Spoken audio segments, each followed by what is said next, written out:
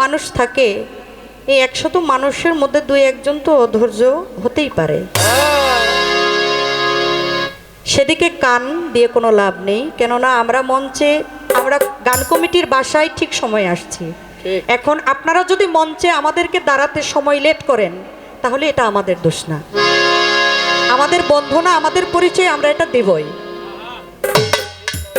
এখানে মঞ্চে আমরা সময় মতো আসছি। এখানে আপনাদের সভাপতি যিনি, অতিথিবৃন্দ যারা ছিলেন, তারা বক্তৃতা দিয়েছেন, কিছু কথা আমাদের মাঝে মূল্যবান কথা রেখেছেন,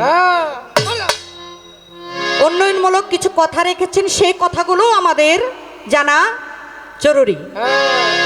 এবং আমি এখানে আসছি, আজকে প্রথম আসা, আমাকে হয়তো চিনে না কেউ, অনেকে চিনে, অনেকে চিনে না।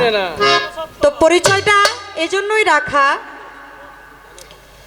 গান কমিটির বাসায় এসে একটা রুমের মধ্যে যখন বসা হয়, অনেকে জিজ্ঞেস করে শিল্পীর নাম কি, কোথা থেকে আসছে, বাড়ি কোথায়।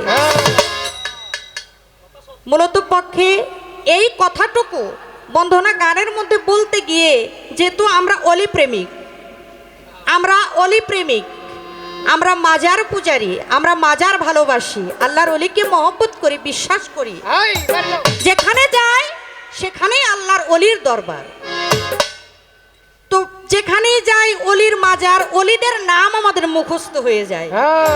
তো এগুলো আমাদের হৃদয়ের মধ্যে গাঁথা থাকে। একজন অলির নাম নিতে গেলে আরো একজন অলির নাম চোখের সামনে চলে আসে, তখন না নিলে নিজের কাছে খারাপ লাগে, যার কারণে বন্ধনা গানটা একটু বেশি বড় হয়ে যায়।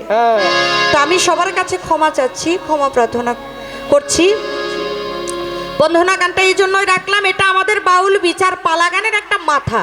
একটা মানুষ তখনই বেঁচে থাকতে পারে যখন তার এই পুরো বডির এই মাথাটা থাকে, আর যদি মাথাটা না থাকে, সেই দেহের কোনো মূল্য নাই, সে মানুষ কখনো বেঁচে থাকতে পারে না। তাই আমাদের এই বন্ধনা গানটা বাউল বিচার গানের একটা মাথা।